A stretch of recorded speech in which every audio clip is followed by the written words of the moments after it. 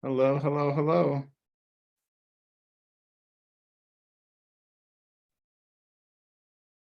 There he is. Hello. How's it going? Hey, going good. Good. We're getting everyone jumping in here right now. Sorry, I was finishing up a quick call and I thought I'd be off before then. So sorry, I'm a little bit late here. We got a few people jumping on still. We have a special guest today that I wanted to introduce. We have a special guest named Max Jimenez. He's out here in AZ. What's going on, everyone? What's up, Brandon?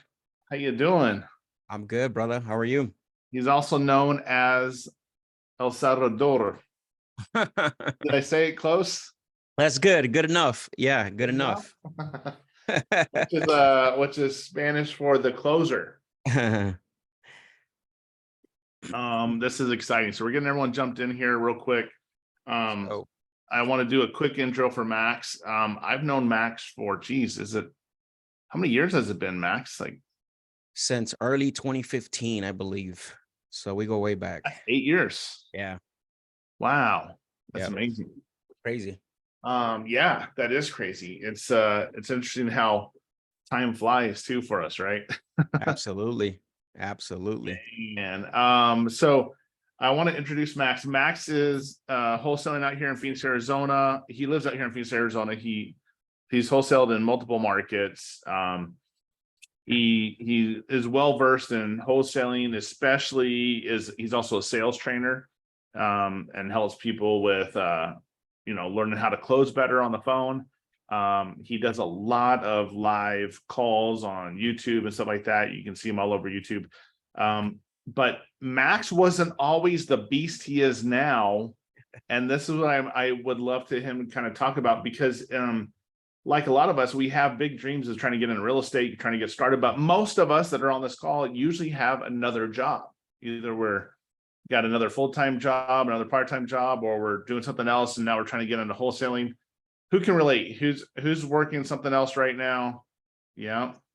Or who was working something else before you got into the real estate full-time? So Max was a guy who was on the construction site, right? In the hot 120-degree weather here in Phoenix. Yep. And outdoors. I remember Max coming to Sean Terry's office. We would have monthly meetups. And one of the things that I love about Max is just his persistence and his ability to not give up. And I don't know why this works sometimes, but I feel like God kind of allows us to struggle through some of that. And some of you may be going through some of that right now.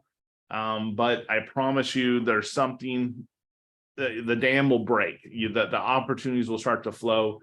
It's like the harder you work, the luckier you get, I believe. So Max, why don't you tell us a little bit about your story, how you got started, and all the accolades you kind of been through that I didn't even get into everything, but I would love to kind of hear what's going on with you now too. Sure. So maybe the origin story first.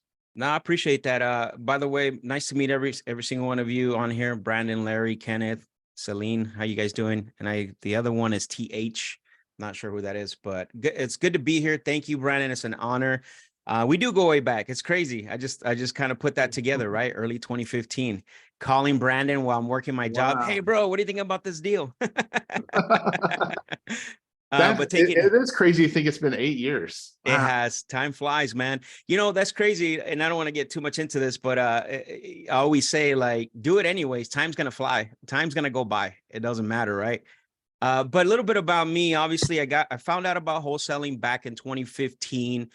Some of you said that you're still working your job. I'm assuming the goal is to get out of that W-2, just like that was my goal and Brandon's goal at some point. I really didn't know what I wanted to do. I've always loved being in entrepreneurship. I tried multiple things. Like if you looked at my resume, you would not hire me. On the basis of that I've been through different jobs and looking for that purpose, right?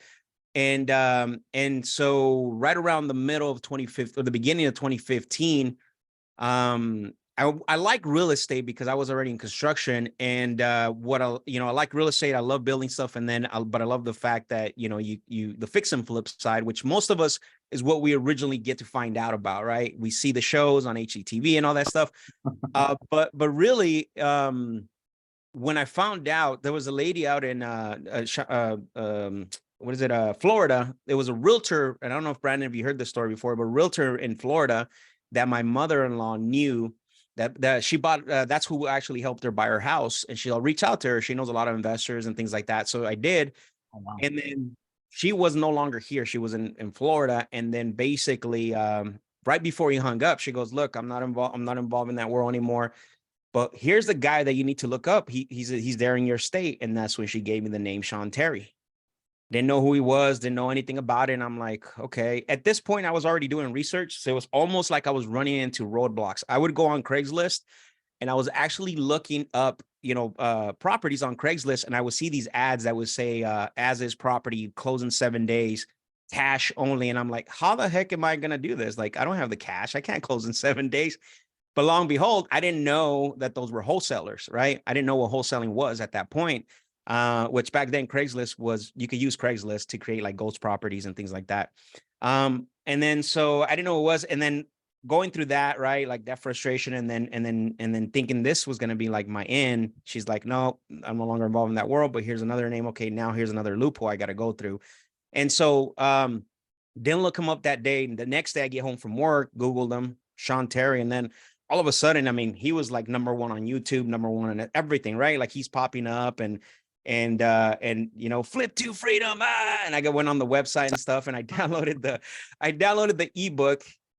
And I kid you not, I read that thing 4 times, Brandon, that night, just to make sure that I thought that was a pretty dang good ebook too.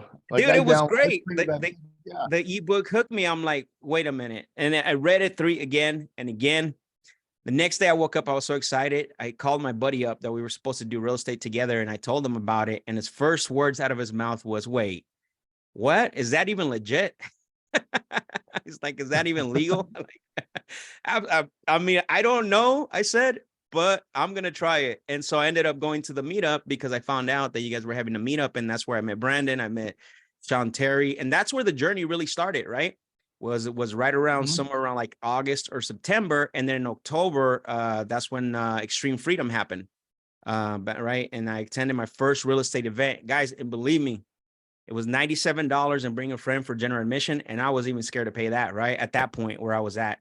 And so I went, and it forever changed my life. And till this day, I tell people, I've been part of high-level masterminds. I've spoken on a lot of events. And I could tell you, Brandon, I've shared this with people, is that there is no events like that anymore where you actually leave with practical information that you can go apply the next day. But I do miss those. And that's where I took off. I started taking action from there, and took me almost 10 months to get my first deal. 10 months to get my first deal. I want that to sink in for people, because I think we have ways to shorten that learning curve now. But yeah, absolutely. But imagine sticking at this. By the way, I got a great testimonial from Nick Perry too. Guess how long it took Nick? Longer than that. Wow. So yeah, I mean, this is the thing that I want everyone to understand. Like, Max stuck with this. Yeah. Yeah, I mean, there was some, believe me, there were some times where it was, the great thing is I disconnected myself from those that I believe were going to be a negative, that if I shared, I wanted to connect myself with people around that I shared my dreams, and I was sharing what I was doing, that they were going to encourage me and not say, what are you doing that for? Why? That's crazy. So I made a goal for that. And I actually did. I went through about, I would say it was the minimum of 4 months. I think it was all the way up to 6 months, where I went through a period where I actually did not watch TV, didn't listen to music, didn't do anything but do self-development so I can rewire myself. And actually didn't go to birthday parties either. I didn't go to a lot of events, right? It was mostly I would go to the personal ones, like my wife and, my kids and stuff.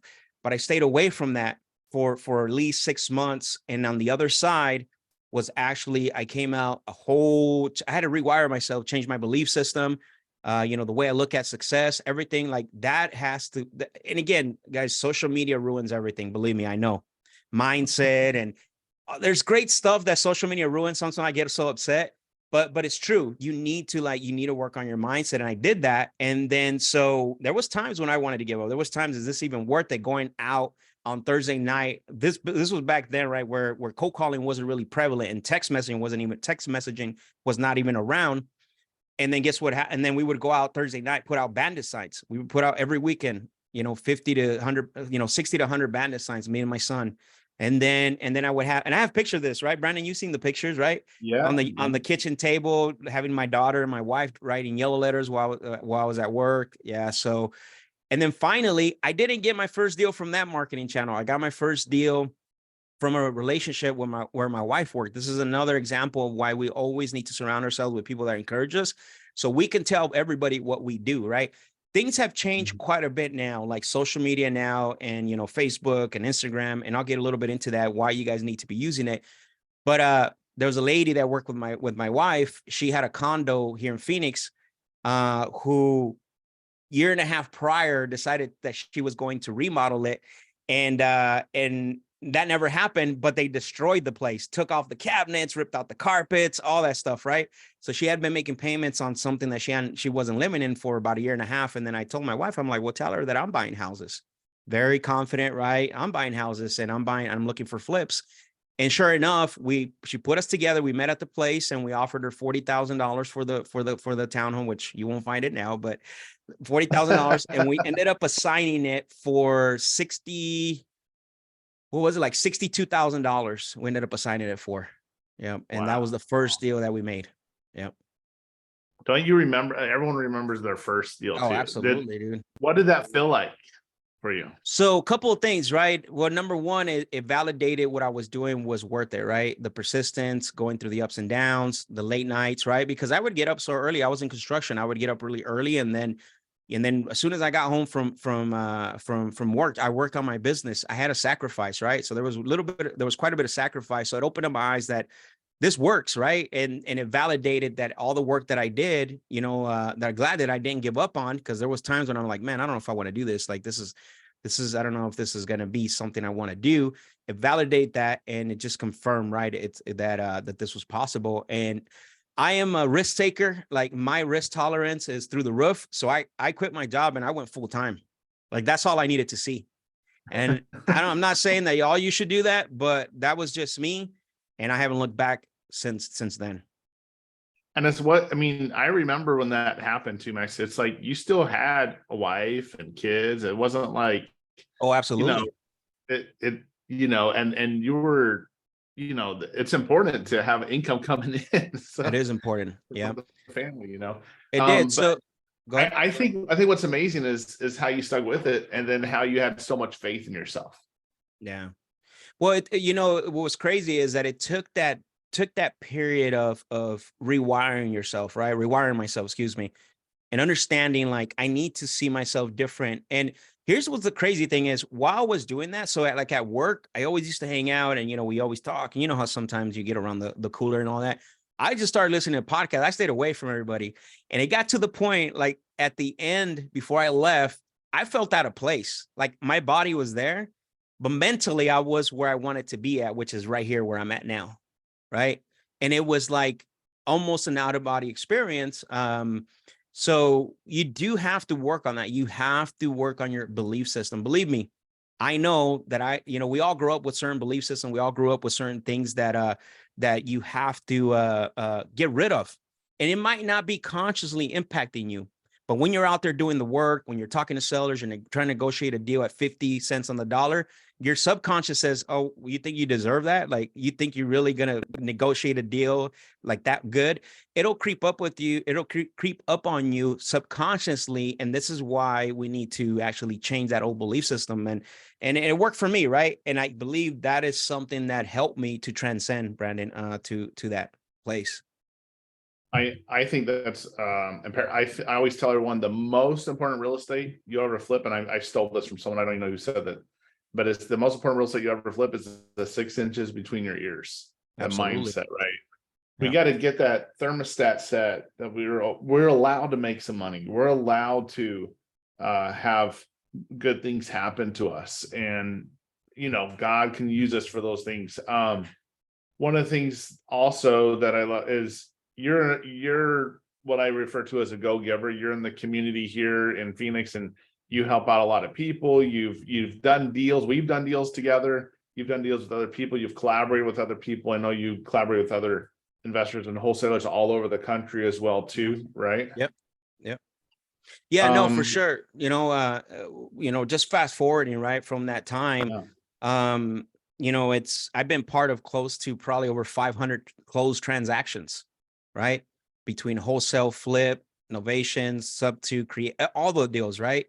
Except for new development, I never really got into that, which is something that, that might be something that I might be interested in. But again, just from collaborating I've been I built high level teams in-house. We built a great brand with my ex-business partner, right? We did some great things. But I look at all that and I say, what if I would have quit, right? During those hard times, during those times when things were happening.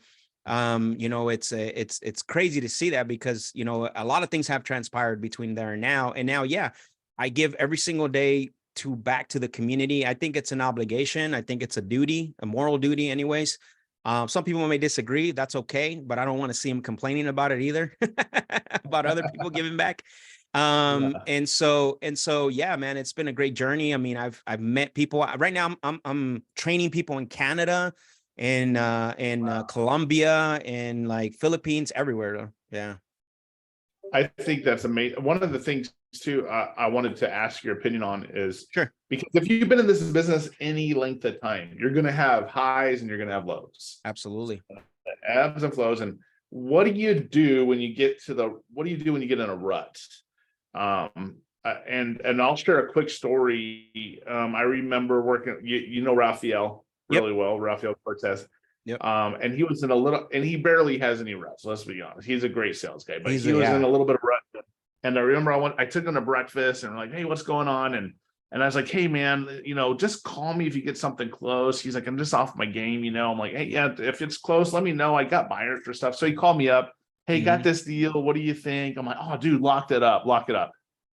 And he locked it up, and it was a junk deal. It really was. It was a junk deal. But what happened was his confidence came back, and he locked up like 3 killer deals that same week. It just needed he needed a win, right? So what is it that you do to kind of pull yourself out of a rut or through those? Because it's not always going to be perfect. We're not always going to win. No. So it's crazy, right? Because even like at this level, a lot of people, and including myself, like I look back and I'm like, dang, I thought when I first got started, it was difficult. Is as you start to move up levels, and if as soon as you actually start to grow and scale what you're doing, it's going to demand more from you. So it starts to get harder. But going back to your point is, what do we do when you're in a rut? I think the first thing, we have to back up just a little bit here, because we first need to know what we want, right? We need to know what we want out of this business that we're getting into, which includes your why, which includes your goals, which includes your daily behaviors that drive, right, your actions. And what happens sometimes, people don't have that. They don't have that set up, right? They don't have, if I asked every single one of you here, how many of you want to be successful? I think all of you, how often do you want to be successful? I think most of you would say every single damn day, right? Every part of the day. Nobody would say here, oh, Max, only on Mondays, but then on Wednesdays, I'll just chill, right? I'll just chill. Brandon's going to play guitar all day on Wednesday, right? No, Brandon wants to be successful every single day. But you know what happens is people don't actually set goals and don't set plans to do that. Because what I'm getting to is that you got to set things in motion and put things in place that are going to drive the desire of succeeding bigger and farther than the desire of quitting. Because do I get thoughts of quitting? Yeah, all the time. But then I look at my goals. I look at my goals. I look at what I need to do to reach those goals. And not only do I have like yearly goals, I have 90-day goals, I have monthly goals, and I have weekly goals almost to the day, right? Those are the things that are going to drive you, not the rah-rah stuff, not the motivation. Yes, I'm a believer in affirmations, but if I ask you what's your goal for today, and you say I don't know, then we have a problem, right? We have a problem. You need to establish a plan that drives your behaviors that you're going to do every single day. You cannot have a good attitude when it comes about things if you don't have that plan, because that's what's going to keep you grounded. If not, everything becomes like a moving target. But again, you got to set things in place, Brandon. To answer your question, I know when I kind of went a long about way. You need to set things in motion that actually push the desire to be successful, to kind of drown the desire to quit, because it will come. Believe me, it's not a matter of if, it's a matter of when. One of the things that we, so everyone here is in Sean's Flip to Freedom. Yeah. Okay. Nice. Coaching Good place and to be. mentorship and stuff. Yeah. And one of the things we always encourage everyone to do is write out a January letter, like write a goal, write a letter to yourself, dated, January 1 of the next year. So you're reading your goals as if it already happened. I remember my first wholesale deal, I wrote down, I will make $5,000 in the next 30 days. And I kept looking at that index card, like every morning, every night, keeping it top of mind. I think that is important. We got to have a why behind it. One of the things too, that I think is amazing, the reason why I like being around you and, guys like Steve and other people we know, like Raphael and stuff like that, Sean Terry, it's like, it's almost contagious whenever you're around people that are driven, like, not that you need to compare yourself, like, no, absolutely not. But it's almost like, okay, wow, it's almost encouraging. It's like, if you're on the football team with Tom Brady, you're like, oh, dude, I'm going to run that route perfect. If you got certain people around you that are wanting you to do well too, I think it just pushes you a little bit in a good way. Well, you need to, right? Like, especially, it's kind of like when you're growing a garden, you got to get rid of those weeds, right? Around that, whatever it is that you planted, because those weeds will drown it out, and they'll, they won't let it grow. And what's crazy is, like, even to the point where maybe you're going to have to stop hanging out with some family members. Honestly, doesn't mean that you don't love them. It doesn't mean that at some point you're going to be able to hang out with them again.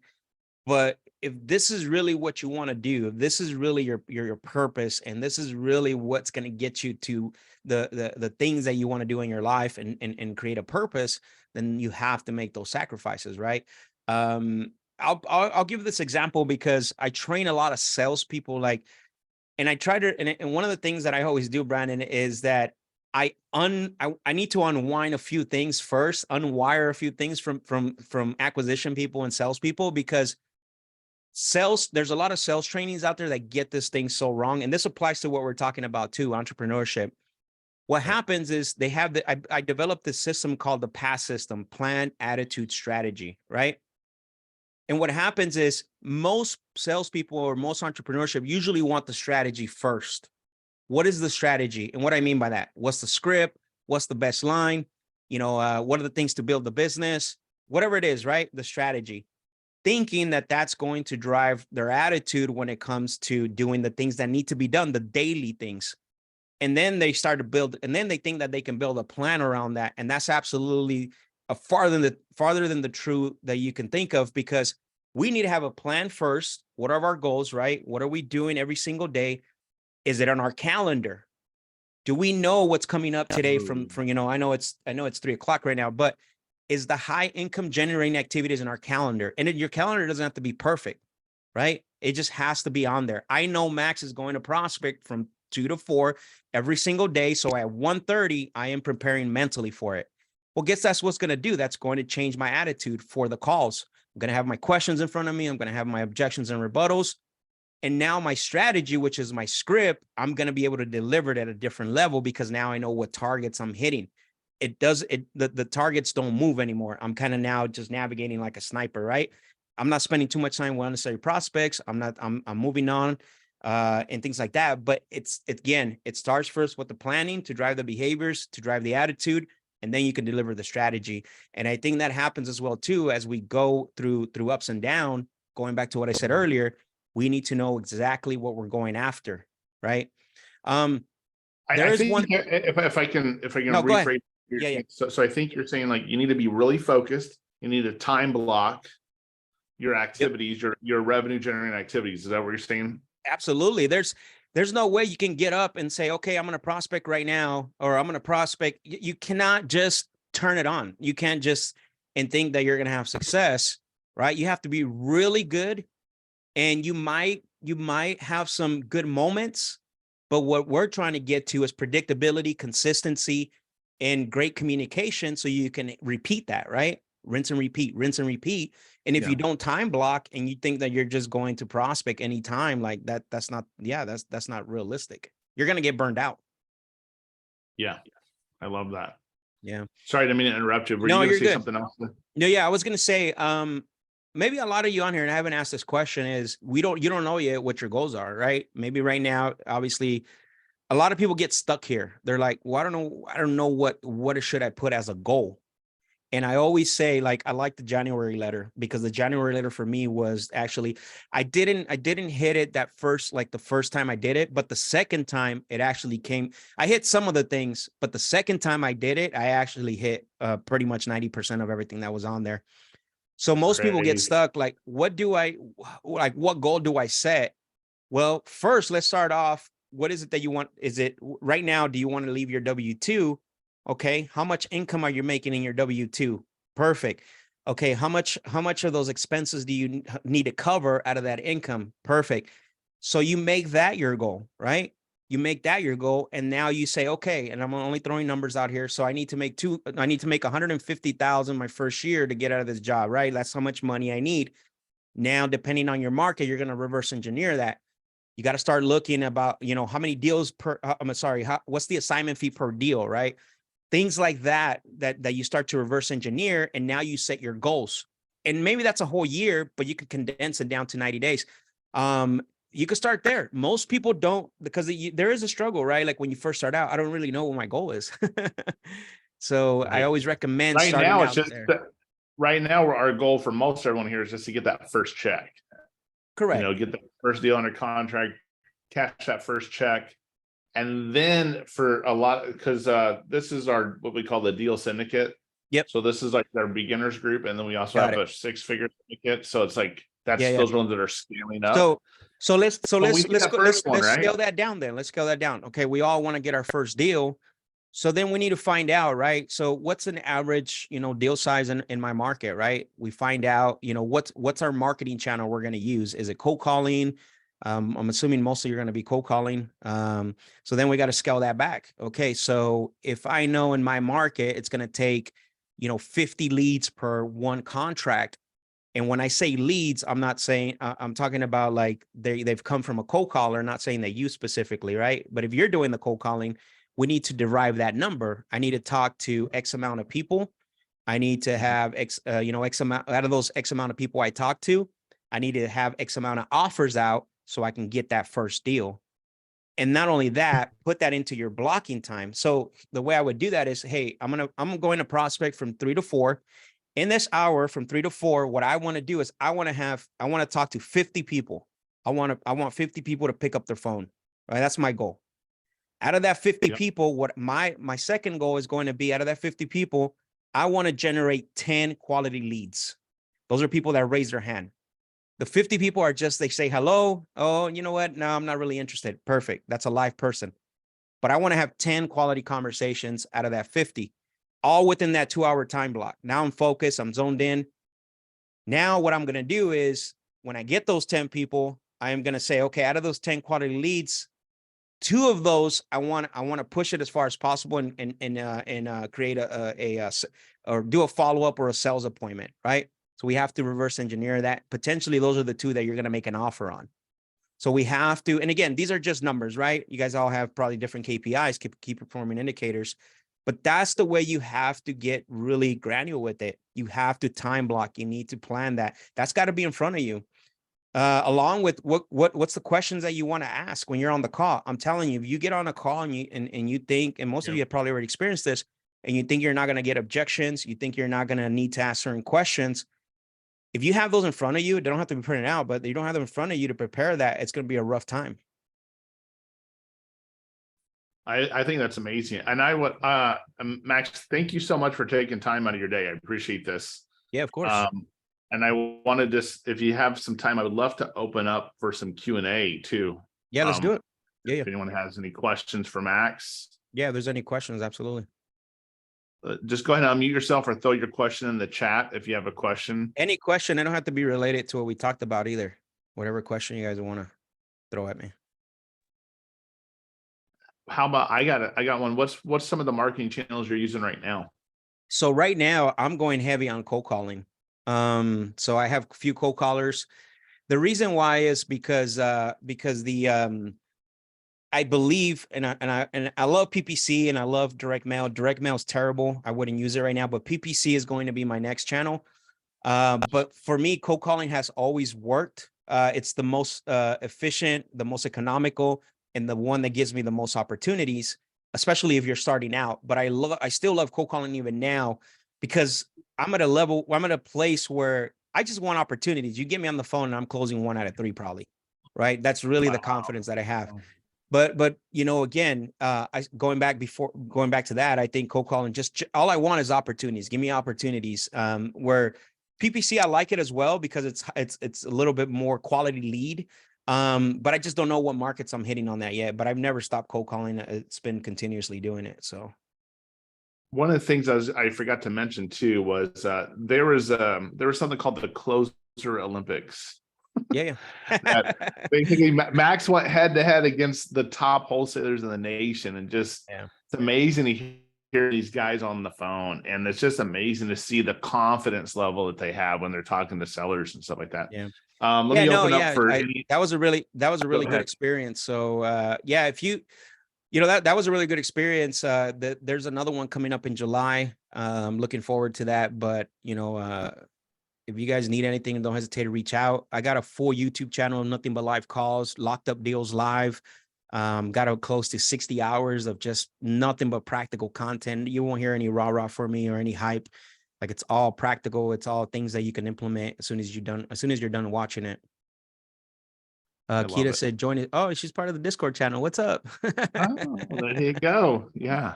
Let's go. Plus, yeah, I have a training tomorrow. I do live sales training every Tuesday on there. So nice. This is awesome. Yeah, we usually do Tuesday calls, but my son's graduating high school. He's walking tomorrow, so we moved the call to today. Nice. So, come on, guys. Any questions? Any questions? This is your chance. Yeah, there's no stupid questions. Anything you guys want me to help you on? I have a question. Yes, go ahead. I'm into time mapping, and that's probably a little OCD.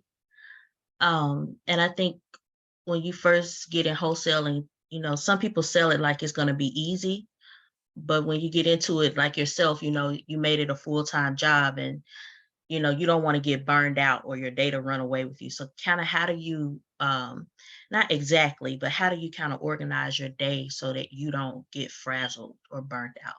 Yeah, no, it's that's a great question, right? Because burnout is real. I don't care what social media says, right? There's different types of levels, right? You know, when you first start out, you do have to do whatever it takes. You don't have the luxury to really be you know, if you work, you're going to have to work around your schedule. That's the way that I did it. So you have to time block your income generating activities around your work schedule.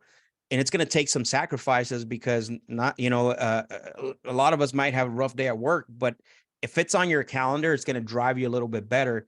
Right. So when you first start out, it's a lot different than when you're already into it full time and then scaling it and then impacting the community.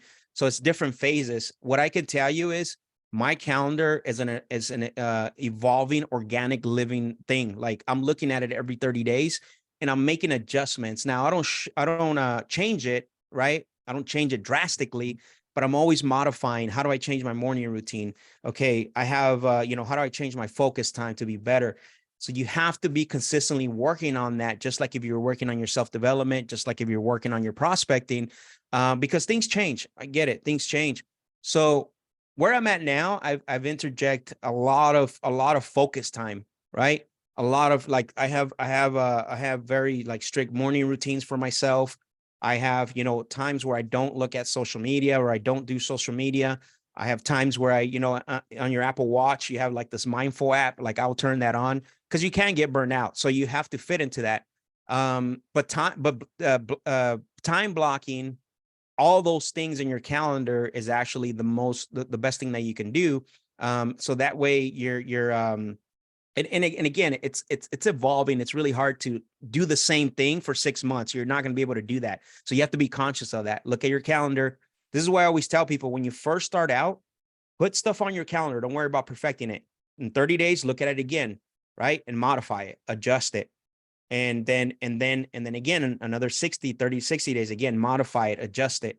And then that way you'll start to get a groove, and you'll start to understand when are your cutoff times and when are your go times. You're hitting on something. Is one of the things I hear, especially when you go into these higher end masterminds, like where these people are paying like 25, 30 grand, to come. It's a lot of mindset, right? They talk so much more about mindset and not so much about the strategy. The strategies come and go, the techniques come and go, the tactical things, you learn all that, but for some reason it's, Sean talks about time blocking, talks about morning routines or daily routines, and that's like sharpening the saw. You don't realize how important it is to your overall happiness, health, and Absolutely. business for sure. No, absolutely. I think, the way I look at it, Brennan, is if it's important to you, it should be on your calendar, right? If it's important to you, it should be on your calendar. You should, abide by it. Again, my time blocking in my calendar is a living organism. Like I'm continuously looking at it, modifying it. Like, I live off of my calendar. My wife even knows, like, hey, if we have an activity like my son's graduation, I will time block that. I block that out so no other calls or no other things, no other meetings will happen, because that is important, right? Yeah. And one thing I recommend for everyone: don't get caught up when's the perfect time to do something, right? Don't get caught up when is the perfect time to call, when is the perfect time to this and that. I've never really I never really focused on that, because especially right now with cell phones, right? Like with the time that we're in, and now everybody works different schedules. Some people work at night, some people work in the evening, some people work in the mornings. Don't get too much caught up on trying to figure out when is the best time to call. It's just put it on your calendar, time block it, and you make the adjustments as you go and do the calls.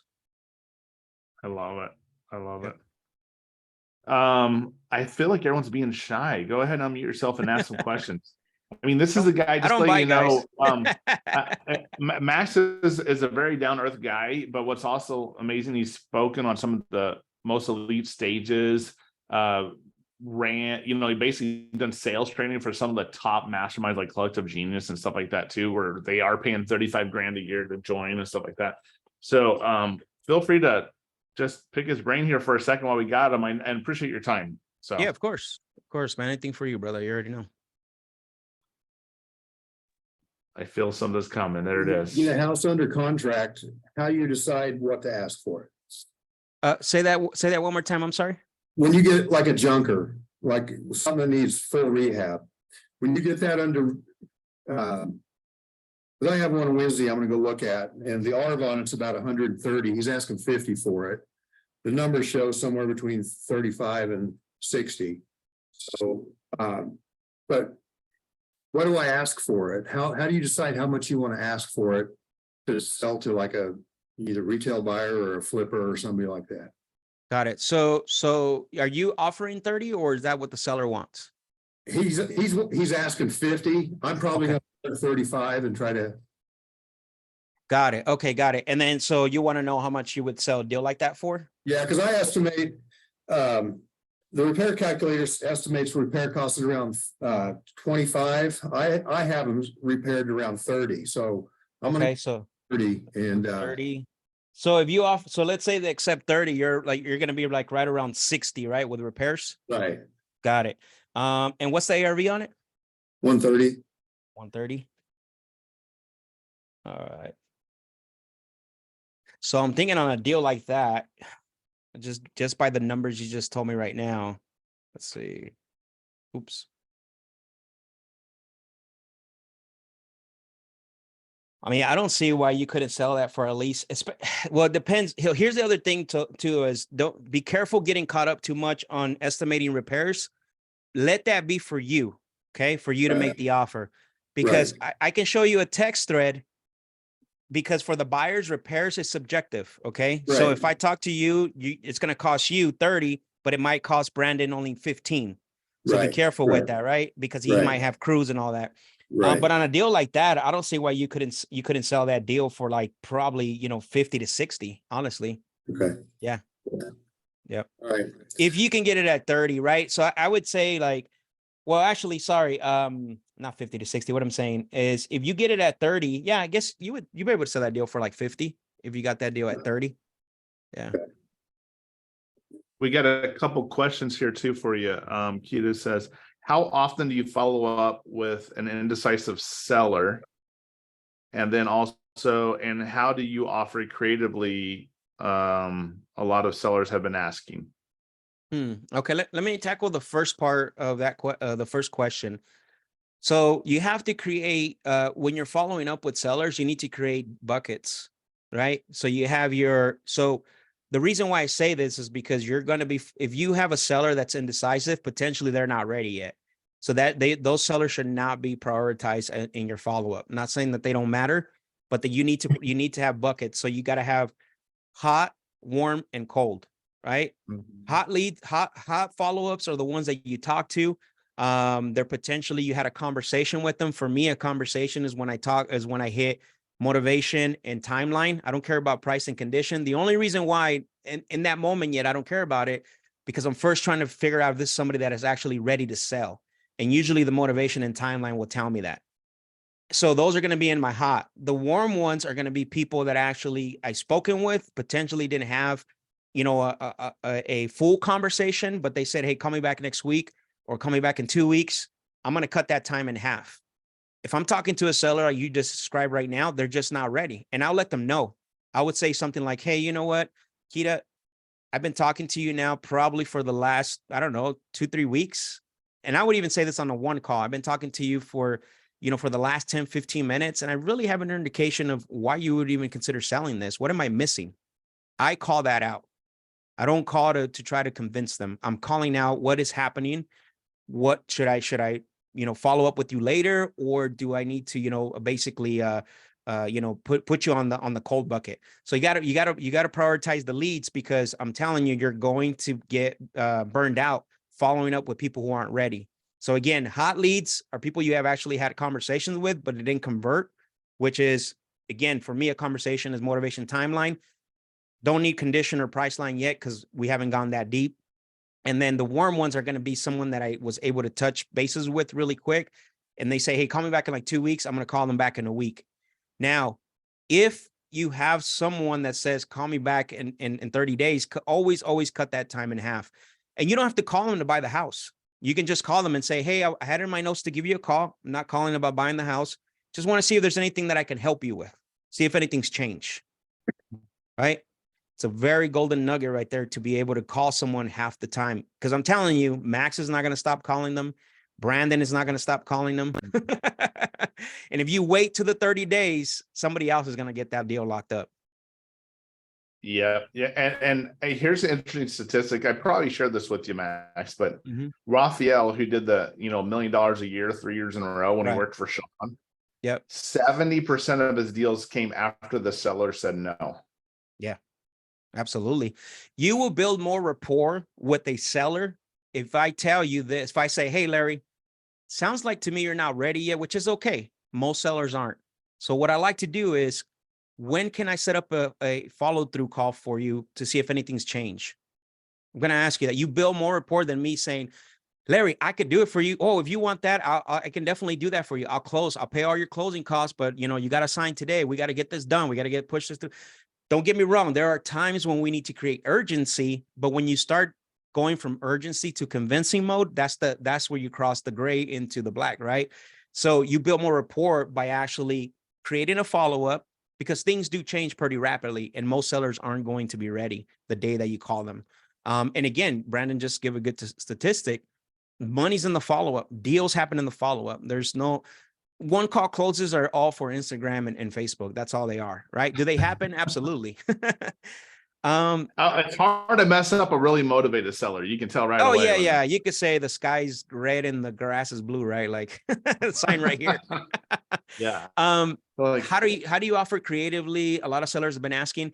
I mean, I think, you know, that would be probably another whole lesson by itself. But I think what you need to do first is make sure that when you do offer creative, that it's not to convince the seller to sell you their property. It's to actually solve whatever problem. It's just another solution.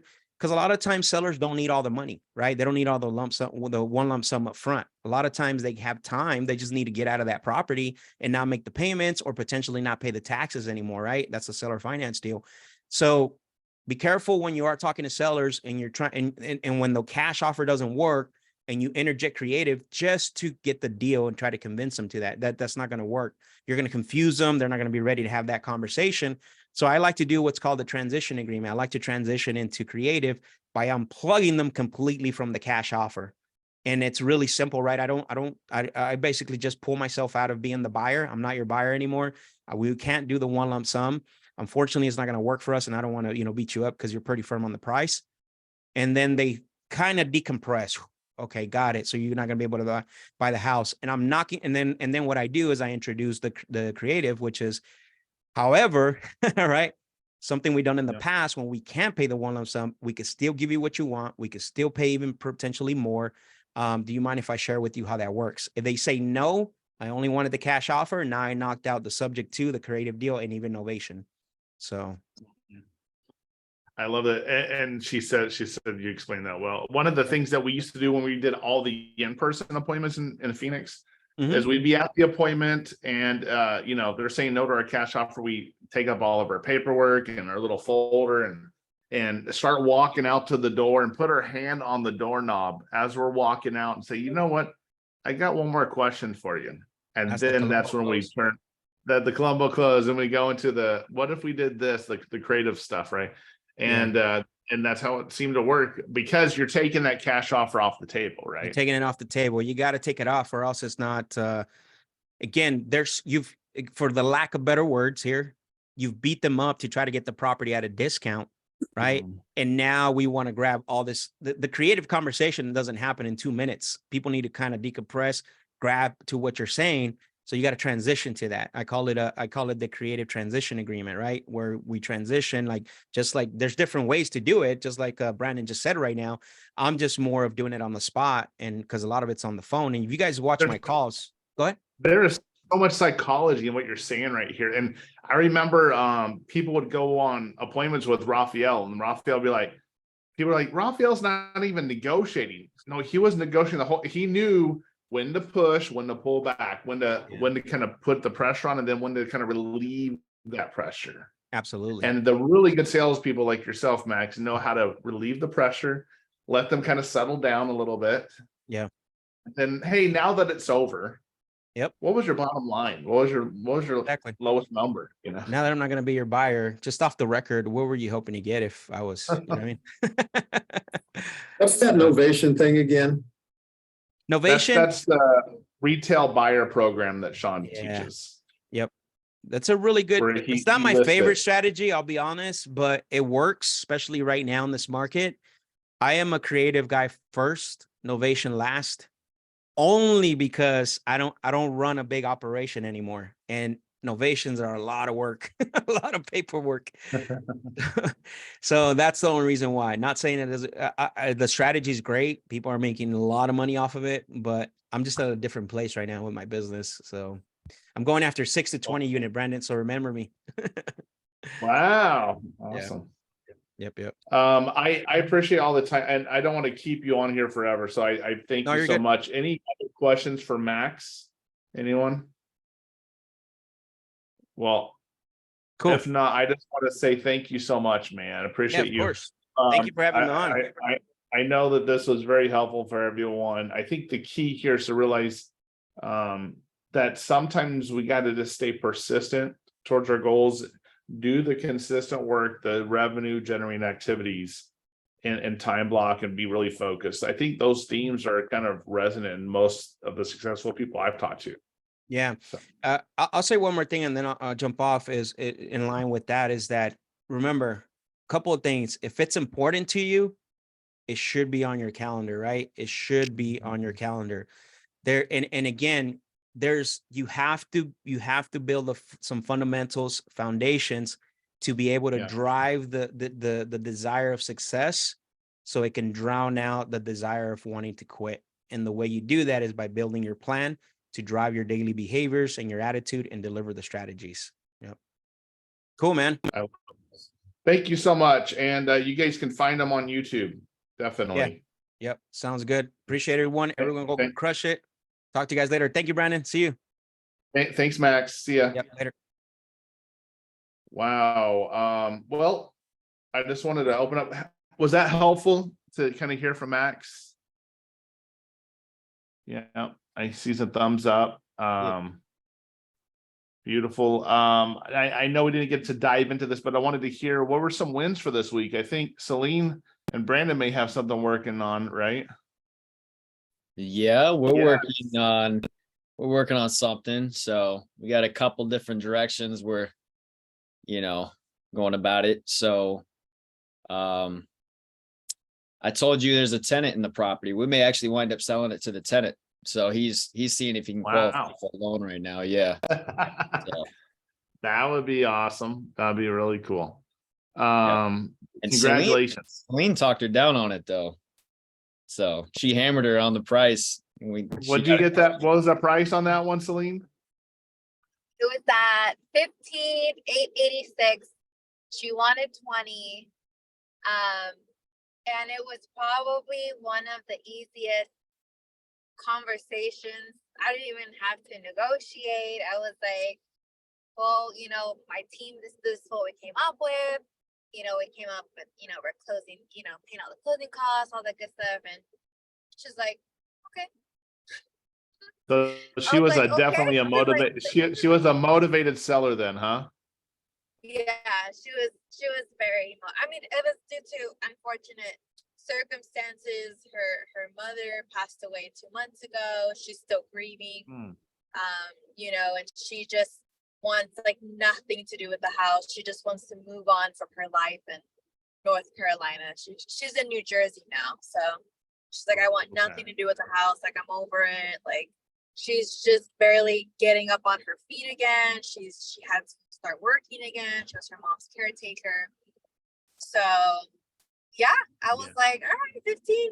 And she's just like, yeah. She's like, at least I can get something out of it. And I was like, okay.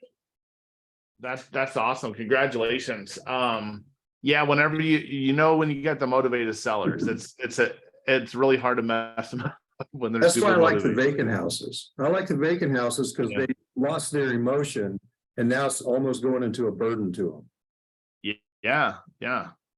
Imagine making 2 payments or having to deal with boarding up the windows and stuff like that. People trying to squat and all those fun things. That's great. Congratulations, Celine. Congratulations, Brandon. That's great. Love to hear that. My first contract. I'm very excited. What was the how'd you find the deal? What was the marketing that you guys did? It's a PPC lead, came in from PPC. Wonderful. That's great. Congratulations. So also just a reminder that our next call is going to be on Friday. It's a really messed up week this week, so I apologize, but so our Tuesday calls today, our Thursday call is going to be Friday. Still same time, but it'll be on Friday this time. I just wanted to see what everyone's working on this week and what you need some help on. I wanted to bring Max in because I felt like it was important to understand, one of his story. What I love about his story, it took him 8 months to get his first deal. And, a lot of times we may feel a little frustrated that it's not happening fast enough for us. But also what I love is, how important the goal setting is, time blocking, having the time on your calendar to focus on those things, in order to make this all happen. So even the fact that you guys are even on this call, like time blocking for this call, that's important. So anything you guys are struggling with, you need help with this week? I had a question, Brandon. Yeah. I just called someone before we jumped on the call, and it was a similar situation with when I was calling with Gia, and Okay. it is it's a couple, and they are divorcing. The husband still lives in the house. The wife lives in a different state, and she's not on the best terms with him. But she did give me his number. So she doesn't know if, he's gonna jump on the call, because I said, if he could jump on like a three-way call, just so we're all on the same page. I would do separate calls. I would do Okay, separate calls, yeah. Whenever you get bad blood like that, hey, no problem, just give me their contact, I'll reach out to them, I'll schedule it, so you don't have to deal with it. okay, Yeah. We've had a couple of those where, like I remember bought a house over in Apache Junction, and the couple went through a divorce, and I went and met the husband separately at his place, and it was her place that we were selling, just because they just did not get along. It just was not a healthy situation. So I didn't want them talking. I didn't want them to be upset with each other. So I just kind of came in, and I made myself the bad guy if they're worried about the price instead of each other. So, yeah, or I made the economy and the appraisal and all that stuff. So, okay. So then just, do the research and look at the comps, and so just offer separately. Just say like, hey, yeah, just if they're divorced or separated, I probably wouldn't do a three-way call with them. okay. Good question though. Good question. It's also a because I know we were talking about a different one, Brandon and I. This one is also a manufactured home.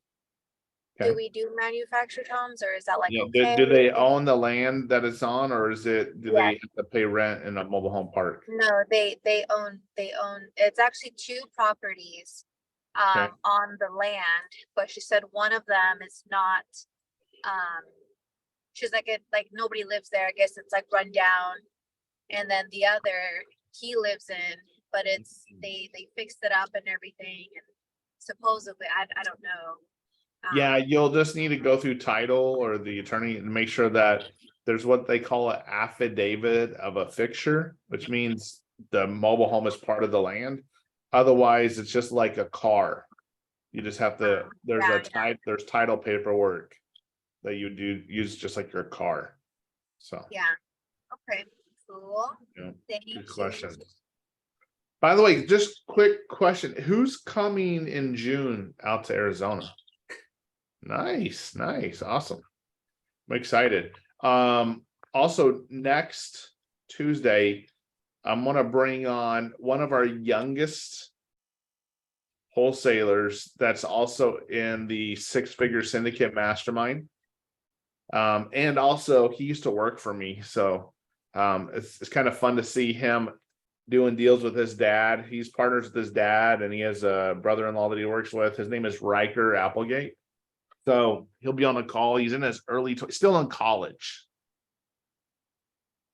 And it's just kind of fun to see how these folks that are in our same position and our same thing we're going through are starting to get momentum and get traction and start to see how this works. Because it's one thing for me to tell you, hey, check this out, or Sean to tell you, but it's also fun to see people like Max, who's been there, done that not that long ago, who's Riker, who's going through this, other people, other students, past students. So you can see like it is possible. So Illegal. what's that? It should be illegal to be that young and that successful. There was a kid, one of the kids I was working with, he already made, check this out, made has $1 million in his checking account. And he's not even old enough to drink yet. You need to turn him into a private lender. Yeah, that's it. Good idea. So what I want to do, we're gonna have Riker. It won't be as long as Max this time, but we're gonna be talking a little bit more too. One of the things I would like to dive in on as well is some joint venture wholesaling ideas on how to get deals with zero marketing I also love the creative stuff. If you need help on any particular of the process, if it's finding buyers or pulling the right list, let us know. Because I want to be able to make sure, because a lot of you, there's a couple of you that are brand new and a lot of you that have been through some of the coaching already. So I just want to make sure that I'm tailoring as much as I can to help you move that needle forward for your business. So appreciate everyone being on the call today. Any questions before we wrap up? I have a question, Brandon, but it's specific to the deal that we're working on. Go ahead. No, go for it. So the perfect scenario is that this guy qualifies for a loan. Now his situation is he's motivated to stay there. His wife passed away 2 months ago, and he's, you know, he said he's in his 70s and he just, you know, he's a Vietnam vet. He doesn't want to move. I asked him what his credit score was. He says he knows it's over 600. He thinks it's a 630. They took a hit when he was paying his wife's medical bills. So, but he said last year he tried qualifying for a $50,000 loan. He didn't get approved for it. So I told him to try again. The other thing I would do as a backup is I would start reaching out to some buyers that are okay with a tenant, right? Yeah. And might be able to structure where they buy it cash and sell it to him on a lease purchase or a seller carryback type of deal. Okay. I just got the seller today to sign an attorney in fact. So I can list on the MLS as a tenant occupied. Sure. Maybe. Yeah. Yeah, but I bet you what's the city that it's in, or nearest big city? It's about an hour outside of the Durham-Raleigh area, North Carolina. Okay. Yeah, there's a lot of investors out there, and especially if it's pretty good cash flow, which it sounded like it was. I think that you can probably sell it without even throw it on the MLS if you wanted. So definitely. Okay. But congratulations, that's awesome. And you can probably, Celine probably can tell us this, but whenever you get that motivated seller on the phone, you just know. So it's a lot of fun. Let's crush it this week. Let's have a good week. Let's make some stuff happen before Friday. Friday we'll have our Q&A call. We'd love to have anything that you guys are working on, need help with, go over any of this stuff. Love to also know, let me go ahead and I'm going to throw the KPI tracker in here. What were some of the things that you accomplished this week? KPI tracker. There it is. Where did it go? Boom. Share, get link. I'll throw it in the chat right here for you. That is not it. Hold on. Copy. Why is this? Let me go here. Sorry, that's a different link. Here it is. Copy, boom. All right, there's the KPI form. If you can click on that link for the form, that'd be awesome. I'll throw it in the Discord channel as well for everyone. And then let's have a good week. Okay, let's crush it. So thank you all. Thanks, Brandon. All right, I'm uploading this into the Discord right now. Please complete this form today. Beautiful. Thank you all. Let's have a good one. Okay. See ya.